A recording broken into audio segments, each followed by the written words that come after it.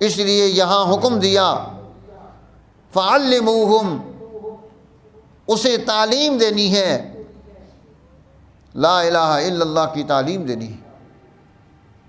اب دیکھیے کہ جب کوئی انسان دنیا سے جا رہا ہوتا ہے جس پر نزع کا عالم ہے، جس پر موت طاری ہے، اب اس کے بارے میں حضور علیہ السلام نے فرمایا لقنوہم لا الہ الا اللہ، اسے لا الہ الا اللہ کی تلقین کرو۔ وہاں تعلیم کا حکم نہیں دیا فعلموہم لا الہ الا اللہ۔